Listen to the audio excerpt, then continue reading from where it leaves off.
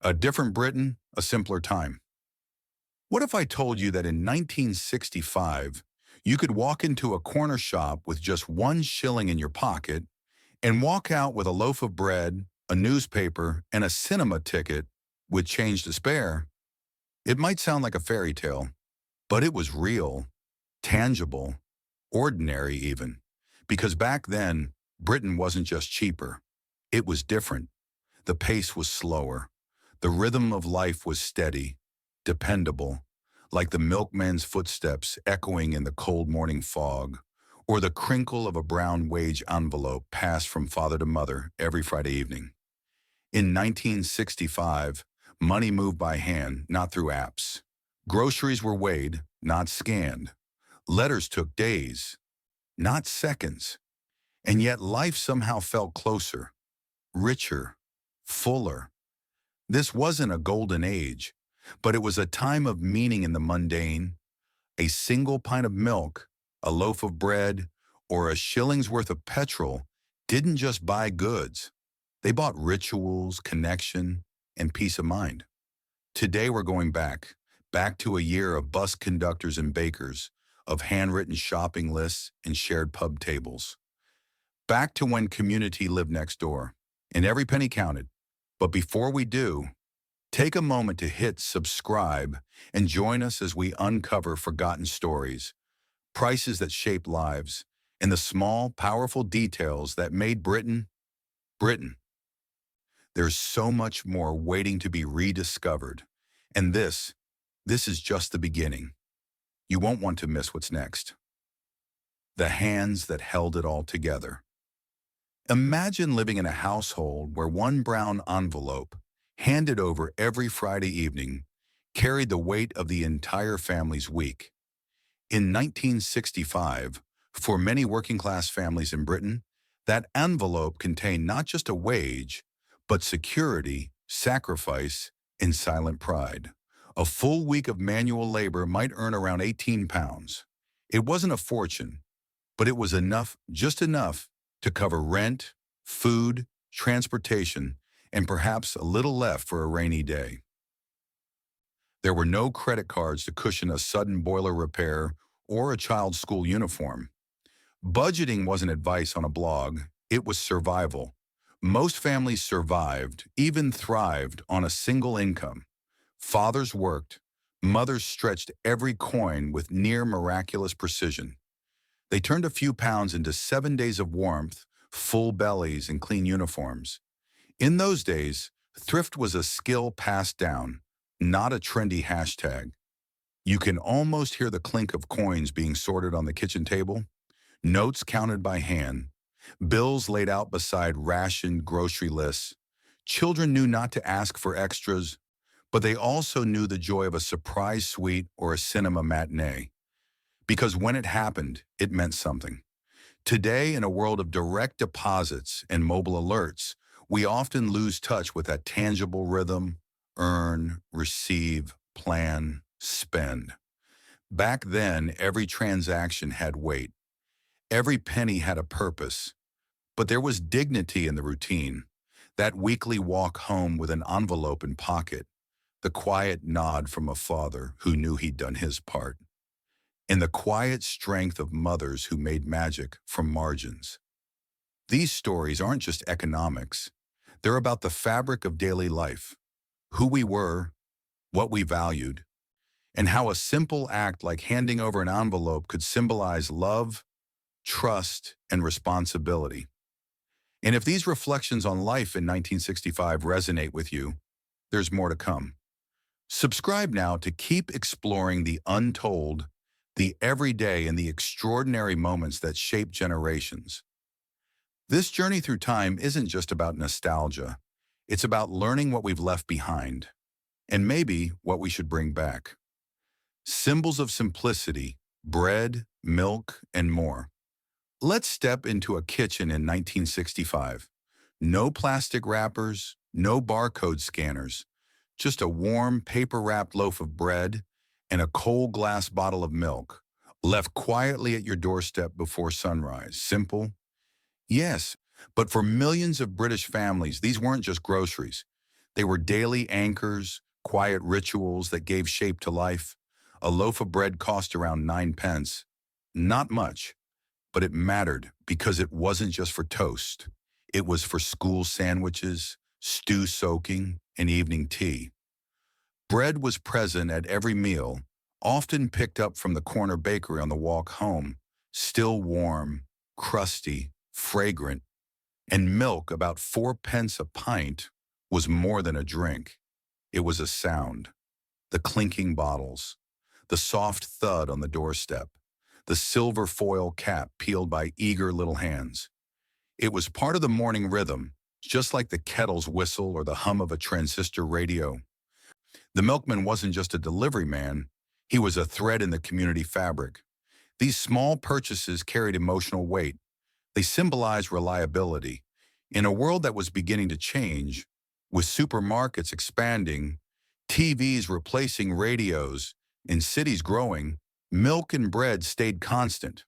They arrived, they nourished, they reminded people that even as Britain entered a new era, some things still showed up.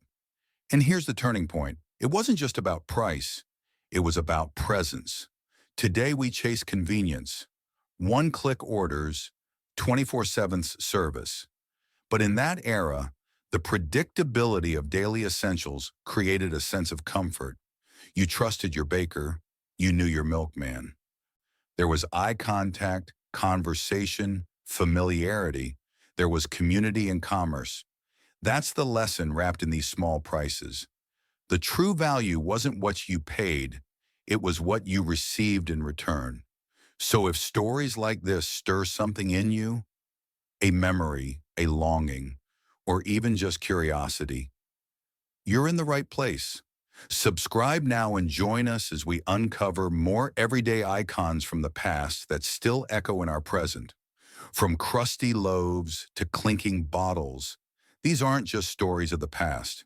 They're reminders of how rich life can be, even when it costs very little. Houses of Hope, How Shelter Shaped Society. In 1965, the idea of home wasn't just about square footage or curb appeal. It was about stability, identity, belonging. For many working families in post-war Britain, a modest house, whether owned or rented, was the ultimate anchor in a shifting world. Let's start with ownership. The average house price hovered around £3,800. Today, that number sounds impossibly low, but even then, it required saving, sacrifice, and a steady income. Mortgages were arranged face-to-face with real paperwork and firm handshakes. Banks didn't hand out credit easily, but they listened. And for many, that meant a path to permanence. The houses themselves, semi-detached, with small gardens and 2 or 3 bedrooms, weren't luxurious, but they were solid, built to last. These were homes where families grew roots. Parents planted rose bushes, children chalked hopscotch on the drive. Ownership wasn't just about investment, it was a statement. We've made it. But not everyone owned a home, and that wasn't a stigma. Council housing, rented from local authorities, offered affordable, decent accommodation. A typical rent was around £2 a week. These homes weren't temporary shelters. They were full-time homes, filled with laughter, dinners, school books, and Sunday roasts. And just as importantly, they were part of vibrant, interconnected communities.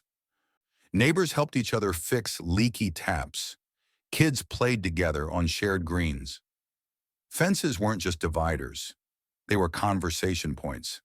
In these tight-knit streets, people didn't just live near each other. They lived with each other. The social impact was profound. When housing was stable and affordable, families could focus on other essentials: health, education, savings.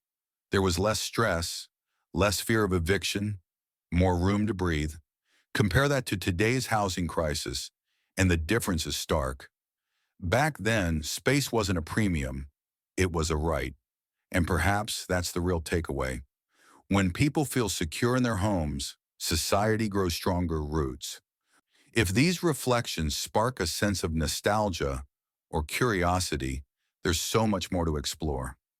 Subscribe to the channel now and travel with us through time as we rediscover the spaces, stories, and silent victories that shape generations. Because sometimes history doesn't shout, it lives quietly behind a red brick wall in a living room warmed by love more than luxury. Lessons in living. What 1965 still teaches us. What does it mean to live well? That's the quiet question behind every price tag we've explored from 1965. A pint of milk, a loaf of bread, a gallon of petrol. On the surface, it's just economics. But look closer, and you'll see values, habits, and priorities that still echo today. Back then, money didn't move fast, but it had weight. Every purchase was deliberate. Every coin counted. Families stretched 20 pounds a week to cover everything. Food, rent, transport, and sometimes even a cinema ticket or Sunday pint. Waste was rare. Sharing was common. Satisfaction didn't come from excess, but from enough. It's easy to romanticize the past. Life in 1965 had its hardships. Homes were colder, healthcare wasn't as advanced, and inequality still lingered in many corners of society. But there's something undeniably powerful about how communities adapted, supported, and thrived, despite having far less. Bread wasn't wrapped in plastic. It came warm, in brown paper, often handed over with a smile. Petrol stations didn't just fill your tank. They cleaned your windscreen and asked about your weekend. A letter took days to arrive, but it carried real thought, time, and emotion. That slower pace of life taught patience, gratitude, intentional living. So what remains of that world today? The physical relics, glass milk bottles, ration books, council house blueprints, may have faded, but the values remain. Thrift, reliability, the joy of shared routines. These are the quiet legacies that still influence how we shop, eat, connect, and care. In fact, as modern life becomes faster and more digital, many are seeking to return to the roots, growing food, writing letters, embracing slow living, not out of nostalgia, but out of necessity. Perhaps the true wealth of 1965 wasn't in pounds or pence. It was in knowing the worth of what you had and who you had it with. If this glimpse into the past resonates with you, if it reminds you of stories from your parents, your grandparents, or even your own childhood, then this journey is far from over. Subscribe now and be part of a growing community rediscovering what truly matters. Because sometimes the future becomes clearer when we take a long, thoughtful look at the past. Was it really simpler or just different? We've taken a walk through 1965, not just through prices and places, but through people, pace, and purpose. A year when life cost less, but somehow seemed to mean more. We saw fathers hand over their hard-earned wages in quiet pride. We heard milk bottles clink before dawn, felt the warmth of fresh bread in paper wraps, and remembered the thrill of a 2-shilling cinema ticket. But more than that, we remembered what these things stood for. They weren't just items, they were rhythms, markers of a world where time moves slower, but perhaps more intentionally. And yet, was it really better or simply different? Modern life offers us speed, access, abundance. We can video call across oceans, buy a week's groceries in 10 minutes, and stream entire film libraries from our sofas. That's powerful, convenient. But somewhere along the way, did we lose something? We've gained efficiency, but perhaps at the cost of connection. We've built bigger homes, but do we know our neighbors' names? We scroll endlessly, but when was the last time we sat down to write a letter? The beauty of looking back isn't about saying everything was better. It's about noticing what worked and asking what's worth bringing forward. Maybe the future isn't about rejecting modern life, but reshaping it with old wisdom, valuing enough over excess, people over possessions, and moments over metrics. And that's the journey we're on. If you've enjoyed this trip back in time, if it sparked memories, raised questions, or simply made you pause, this is just the beginning. Subscribe to the channel now, and let's continue rediscovering the moments, the mindsets, and the meaning that time tried to leave behind. Because while the past can't return, its lessons still whisper, if we're willing to listen. And who knows, was that really the whole story, or just the part we remember?